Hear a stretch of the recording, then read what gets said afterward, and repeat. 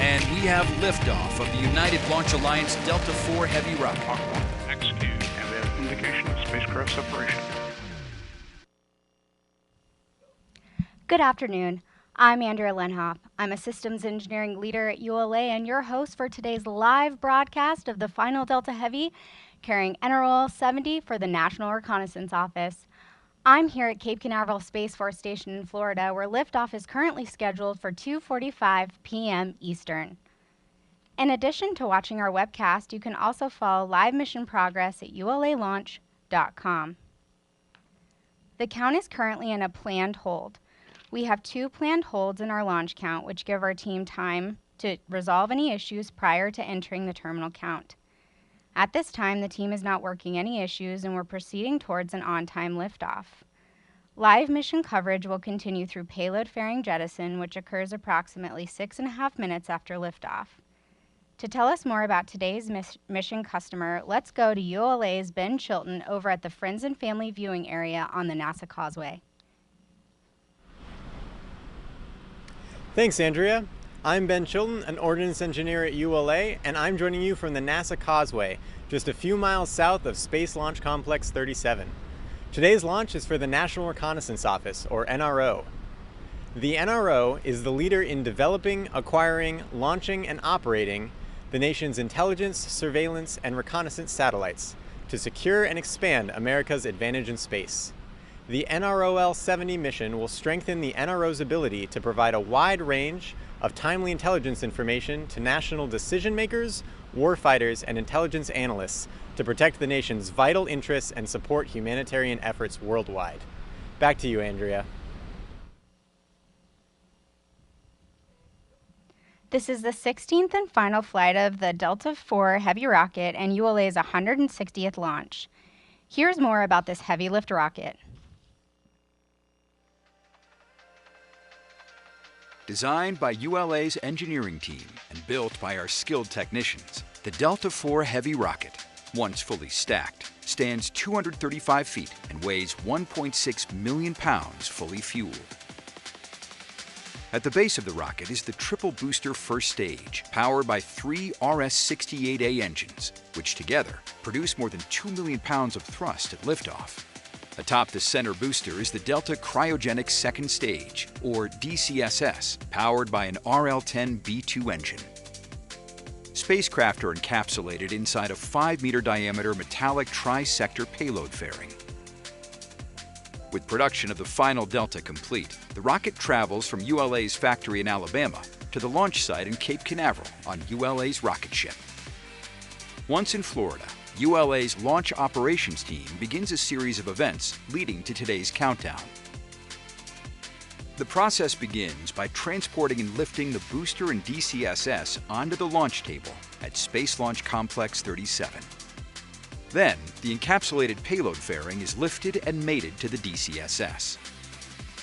Once fully assembled, the launch countdown begins when 40 hydraulic cylinders at pressures nearing 3,500 psi raise the Mobile Service Tower, or MST, about 8 inches.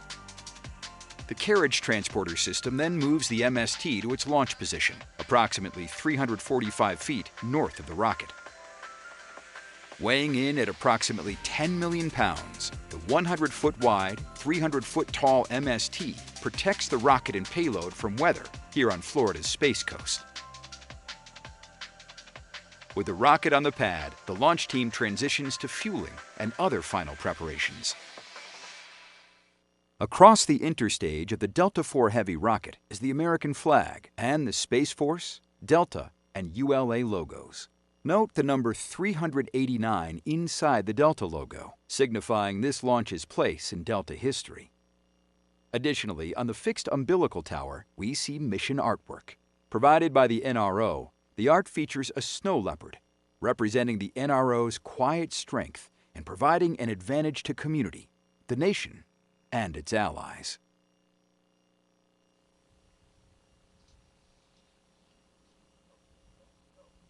Today's flight is dedicated in memory of colleagues who are no longer with us. Let's remember our teammates. Today's flight is dedicated to Doug Thompson, Mark Cox, Brent Bonar, and George Lucian. After working as a pipe fitter for high-purity systems, Doug Thompson joined Boeing's internal upper stage program, later transitioning to the Delta program. Doug supported many Delta rockets and facilities during his career, including Delta vehicles launching from the Cape's Slick 17 and Slick 37 and Vandenberg's Slick 6, in addition to solid rocket booster and payload facilities and the machine shop. In his personal time, Doug and family traveled throughout Florida and Georgia, enjoying his passion for motorsports, including drag racing the '63 Corvette he built himself. He will be missed. As a U.S. Army veteran, Mark Cox began his aerospace career in 1984 at McDonnell Douglas, then Boeing, and eventually ULA. Following his transfer from ULA's Pueblo site to the Decatur, Alabama factory, Mark was instrumental in establishing the metrology lab there and in standardizing measurement and test equipment calibration across all ULA sites. He was respected by his peers throughout the industry and developed many personal relationships over the years. Always resilient and positive, Mark encouraged his teammates to face adversity while continuing to care for others. He will be greatly missed. Godspeed, Sergeant Cox. Brent Bonar joined Aerojet Rocketdyne as a space propulsion mechanic in 2006 and contributed to the safe delivery of nearly every RL-10 engine through his last mission, NROL-68, in 2023. A loving husband, Brent was also a tireless volunteer, deeply committed to helping others, including 3 trips to the Bahamas in 2019 to support residents following Hurricane Dorian. This effort led Mark to logging more than 600 volunteer hours and being recognized as Aerojet Rocketdyne's 2019 Volunteer of the Year. Brent was kind and generous and a role model to many people. He will be missed. George Lucian began his career in 1960 as an electrical systems engineer with the General Dynamics Corporation, following his time at the University of Nebraska, where he earned a bachelor's degree in mathematics. In 1964, after working at the General Electric Company on the Apollo program, George began a new chapter at the Goddard Space Flight Center, followed by a move to the Kennedy Space Center. During his NASA career, George was an engineer, branch chief, division chief, and assistant launch manager, all in support of NASA's Expendable Launch Vehicle Services program. His career spanned 60 years and more than 400 launches. George was an invaluable team member, a mentor to many, and a true friend to all.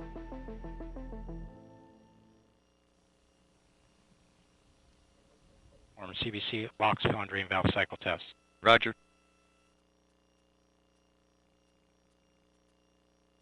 L minus 21 minutes.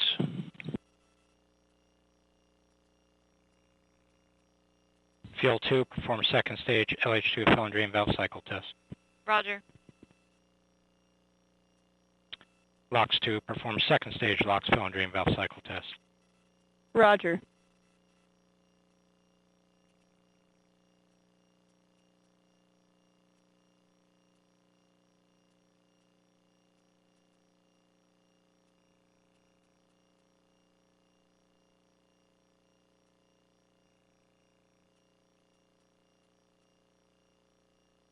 Since 1960, Delta rockets have been an integral part of America's space program.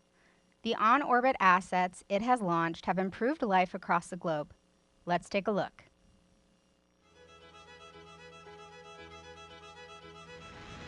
Following more than 60 years lifting historic missions to space and becoming a pillar in American rocketry, the Delta program is coming to a close with its final launch. Here's a look back at some of the groundbreaking firsts and iconic missions launched on Delta rockets. Delta quickly established its record of excellence in the 1960s, launching ECHO, the world's first communication satellite, Tyros, the first space-based weather observatory, and NASA's Pioneer and Explorer scientific spacecraft.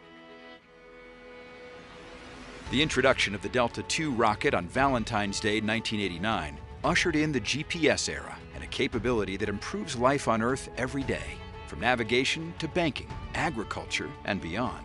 The beloved Delta II earned its place in history with 155 flights, with 8 of those missions to Mars for NASA, including the Spirit and Opportunity rovers. The Delta program's commitment to vehicle improvement to meet customer needs culminated in the Delta IV family of launch vehicles with a wide range of increased capabilities. Delivering missions for the Space Force, National Reconnaissance Office, NASA, and commercial clients, every Delta IV launch has been successful. As America's trusted heavy lifter, the triple-barrel Delta IV Heavy launched the first Orion spacecraft on an uncrewed shakedown cruise and sent the Parker Solar Probe to surf the atmosphere of the Sun. The 16th and final flight of the Delta IV Heavy rocket carries NROL-70, capping off the incredible legacy of this program.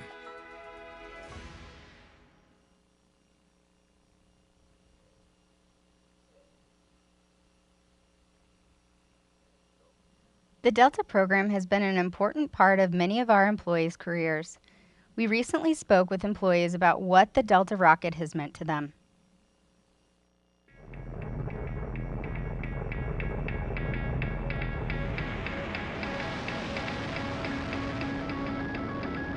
We started this program with the tremendous task of continuing the Delta mission success tradition. It has been the heavy lift workhorse, supporting the missions that no other vehicle could, and have made a tremendous difference for this nation. The assets that we launch with Delta are crucial to our warfighter and have really allowed us to sustain our capability not only in space, but also just on the ground and keeping the entire world in a better place. That ability to impact the nation in what we can do, our technologies, as well as our reach into space. It's just an honor. There's no other way to say it. Look at what we as part of the team have done to improve life on Earth. All things to be extremely proud of. The first launch, you kind of kept your fingers crossed and your toes crossed. We all stood out in the main part of the factory here and watched it, and it's just something that you do and say whatever makes you comfortable for that very first launch. Watching the Delta IV Heavy right outside the door of the Delta Operations Center and feeling the vibration and just amazement. I was at the launch site in the dock for the NRL 26 mission, and the experience when that thing lifted off of the acoustics, hitting that facility and literally seeing the windows flexing from the acoustics of that liftoff was something I will never forget. I've been down to the launch site, been on the pad, been on cranes up and down a heavy vehicle, been able to support on console, and been part of the day of launch activities. So I've seen it from a unique perspective. Those memories will always stick out. We took a lot of lessons from Delta. Aluminum skins, machined, brake formed, welded together with friction stir welding. The first time we used that was on the Delta IV program. One lesson learned from Delta IV that will stick for our future launches is our record of mission success and our focus on mission success, making sure that all of our launches accomplished what we wanted and delivered the payload for our customers. The teamwork that we built across all the different suppliers and across the program itself. It's a really complex vehicle, and so being able to bring that whole team together and deliver Delta for that many years has been brought over into the Vulcan program and will continue to live on. Whether it be in the design center, the operations center, the production center, we're all a big team, and those teams work together, and it's magic. Launch conductor is only one little cog in the whole process. This is a team sport, and the team has done nothing but a phenomenal job. Taking pride in your work and treating everything as if it's the most important job you'll ever do is something that I will keep with me for the rest of my career. Well, it's bittersweet, of course. We all thought we could do this a lot longer because we love it so much. It's been a wonderful rocket to work on over these years, and I'm going to miss it. It is the most amazing rocket I could ever imagine, this Delta IV Heavy. I'm just proud to have been a part of this team and was able to better my career by working alongside an amazing team. The legacy of Delta will live on in the Vulcan rocket and in the people that make it a reality and have taken the best of what Delta has accomplished and carry that forward into the future.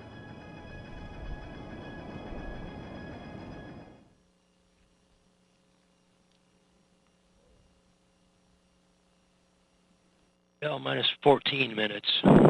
As gas, establish scan pattern 140. Roger. VSE, verify base bending moment, instrumentation is active and data is valid. BBM is fully mission capable. Recommend Placard 6 Alpha for launch. Roger. OS, set BBM active. Roger.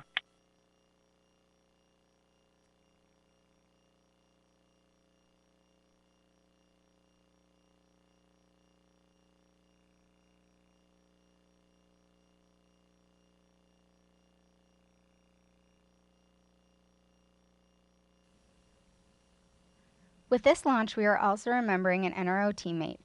Here is Mission Director Colonel Eric Zarybaninski.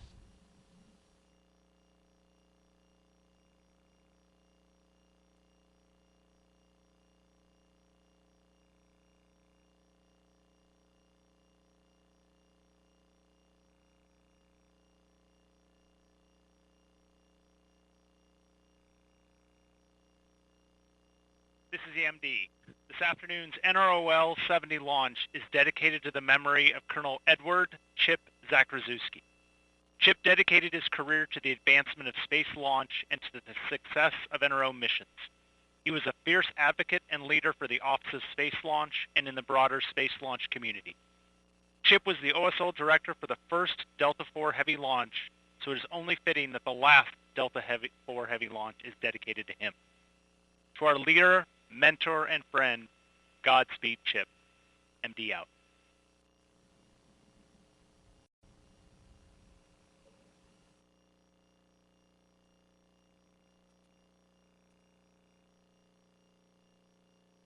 Oh, minus 12 minutes. MEQ, initiate retract data logger just prior to the L7 pole. Roger.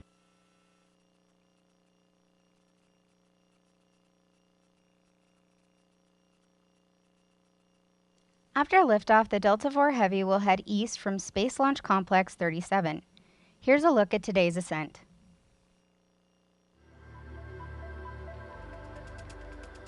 To mitigate the fireball created by the hydrogen-burning Delta IV Heavy rocket, the staggered engine start sequence begins with ignition of the launch table HBOs, burning off the excess hydrogen injected into the flame duct. Next, the starboard Delta IV Rofi lights, igniting its RS-68A engine. Then, the center and port RS-68A engines ignite to generate more than 2.1 million pounds of total thrust to lift the 1.6 million pound triple-core rocket off the pad. Shortly after liftoff, Delta begins a pitchover to attain the proper flight path while minimizing the pressure the vehicle experiences during flight. Delta then reaches Mach 1, the speed of sound, followed by the rocket reaching maximum dynamic pressure as it travels through Earth's atmosphere. With propellant depleted in the port and starboard boosters, the engines shut down and the boosters jettisoned to shed their weight. The remaining booster engine then throttles to full power to maximize performance against gravity losses. Once propellant levels deplete in the center booster, the engine shuts down and the booster is jettisoned from the second stage. The vehicle now weighs approximately 6% of what it did at liftoff. Following jettison of the center booster, the Delta Cryogenic Second Stage, or DCSS, main engine ignites. During ascent, NROL-70 is protected inside a 5-meter diameter metallic payload fairing. After traveling through the densest part of Earth's atmosphere, the payload fairing is jettisoned. The Delta IV Cryogenic Second Stage carries the last payload to launch on a Delta IV rocket to its final orbital destination, where it will begin its national security mission. As we can continue the countdown to launch, let's head over to Ben Chilton on the NASA Causeway. Of ULA friends and family excited to witness the last liftoff of this magnificent rocket. I'm approximately 3 miles from Slick 37, and when we reach T0, it will take about 15 seconds for the sound to reach us, though we'll already have seen Delta lift off the pad. From where I'm standing, it's a little windy at the moment, but I'll pass it off to Space Launch Delta 45 Weather Officer Arlena Moses for today's weather forecast. Thanks, Ben. As you mentioned, it is a little breezy out there this afternoon, and that's going to be our main weather watch item for our launch today. If you were out earlier, you did notice that we had some showers kind of pushed through about an hour or so ago. Those are well to the south. Don't expect any more showers or concerns with that. So our main concern will be our breezy conditions coming from the northwest as we see behind kind of the showers in front that pushed through earlier. Currently across the area, we're seeing gusts into the 20s. And if we look at the forecast going forward to our current T0 today, we are looking at a probability of seeing weather violations of 70%, with our main concern being those ground winds, as we can see here with some of our gusts across the area. But we are looking at sustained winds ticking up just a bit here over the next few minutes, kind of coming up into that 20 to 30 knot range. So continuing out of the northwest, temperature is about 72 degrees, and hopefully we'll be able to keep those winds down just enough that we'll be able to see the launch of our Delta IV Heavy this afternoon. Back to you, Andrea.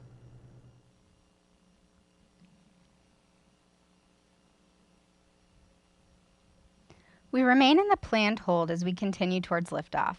In a few moments, launch conductor Scott Barney will pull the launch team for the final go to pick up the count. 28 engineers and managers are pulled for system status and readiness to proceed. This is the final status check for all Delta vehicle systems, ground systems, spacecraft, and the U.S. Space Force Eastern Range. The vehicle system readiness pull includes electrical systems, hydraulics, pneumatics, propulsion systems, and flight control, and propellants. Let's listen in as Scott Barney performs the final pulling.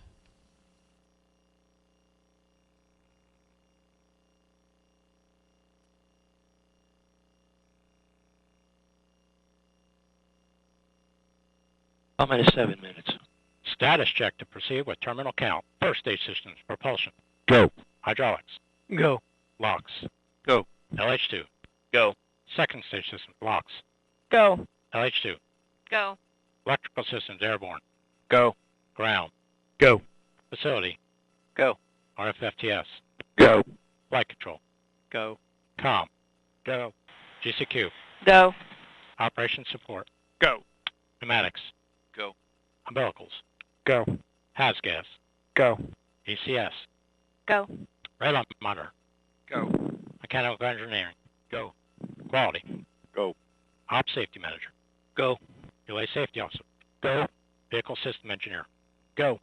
Anomaly chief. Go. Range coordinator. Clear to proceed. Launch director. Launch vehicle is ready to launch. Mission director. You have permission to launch. Proceeding with the count. ALC. Verify T0 is set for 18:45:000. Verified. MEQ. Establish swing arm lock pins. Pull. Active.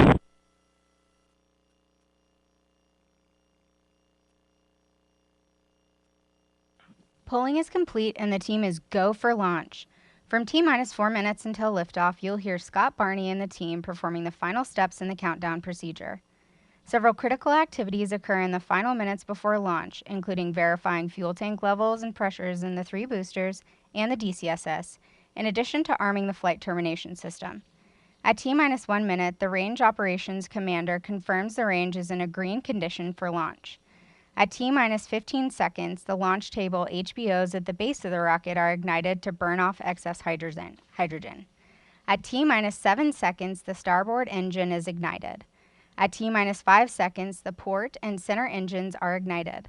Once the Delta IV Heavy lifts off, you'll hear flight commentator Rob Gannon providing launch vehicle ascent data.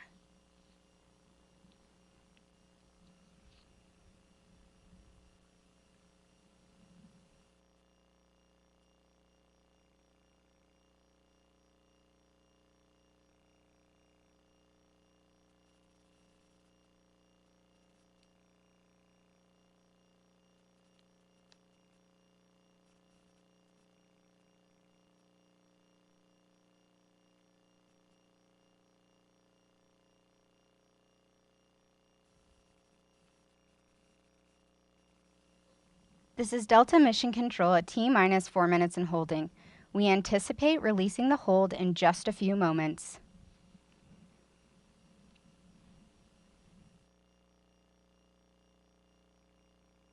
T-4 minutes and counting. Hold. This is flight control. We have a CCLS red line fault at T-minus 3 minutes and 58 seconds. LC switch not ready. All personnel go to recycle steps for operation 90.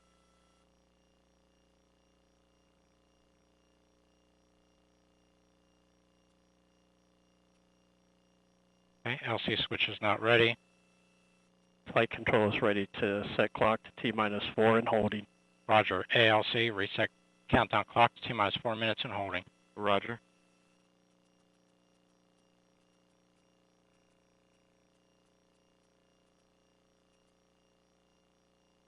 LC flight control, SS BAP inactive and SCS in pre-flight mode.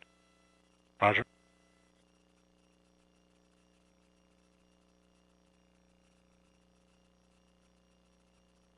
And properly evaluate LOX recycle and report if ready to recycle.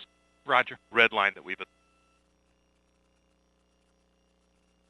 OSM, place the SRM ignition switch to disable position. SRM ignition disabled. ALC, count. Disregard. LC countdown clock has been reset to T-minus 4 and holding. Roger. For step 90, all stations recycle systems back, T-minus 4 holding in configuration. Recycle occurred at T-minus 3 minutes, 58 seconds. Report status at completion.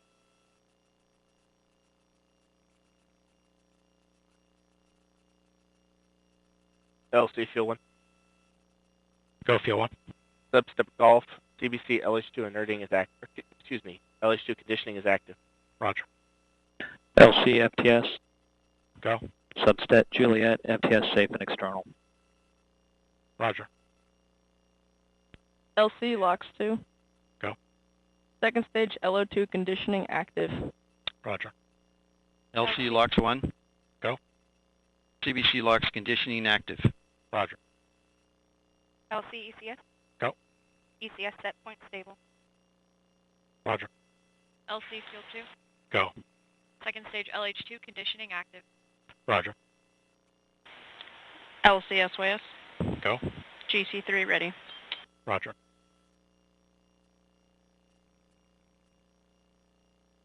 LC has gas. Go. Step Foxtrot has gas ready. And as MEQ, should I reinstall lock pins? Yes, let's install pins. Roger. LC AB. Go. For substep Papa, vehicle external. Roger. LC Prep 101. Go. All systems are stable. Roger.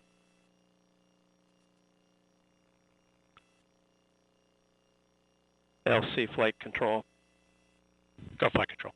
Step 180, substep Kilo, flight control ready. Roger.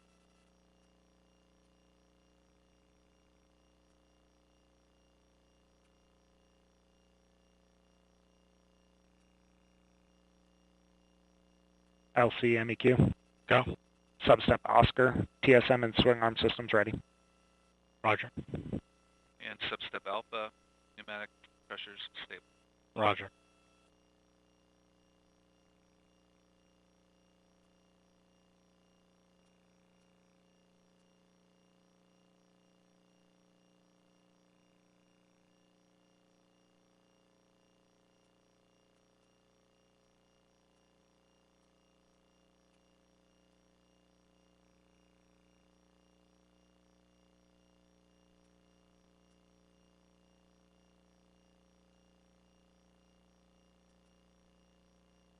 LC HOE.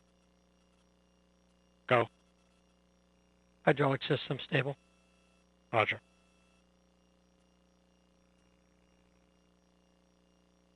This is Delta Mission Control at T-minus 4 minutes and holding. The planned hold has been extended. We will pass on more information as it becomes available. Detanking.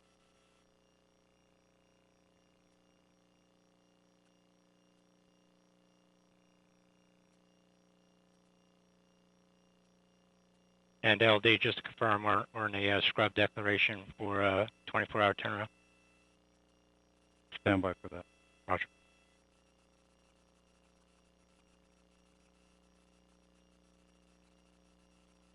GELC. G.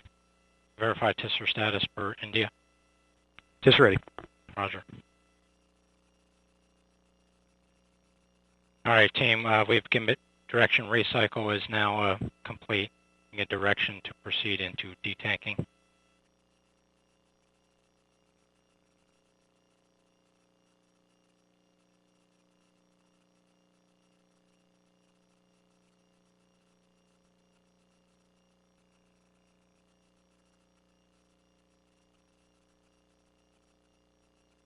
Okay, for the team, we'll be or standby. This is Delta Mission Control. It's confirmed that we will not continue with the NROL 70 launch activities today. We have a 24-hour recycle. Our next launch attempt will be tomorrow at 1:37 p.m. Eastern. For up-to-date information, please visit ulalaunch.com. I'm Andrea Lenhoff. Thanks for joining us.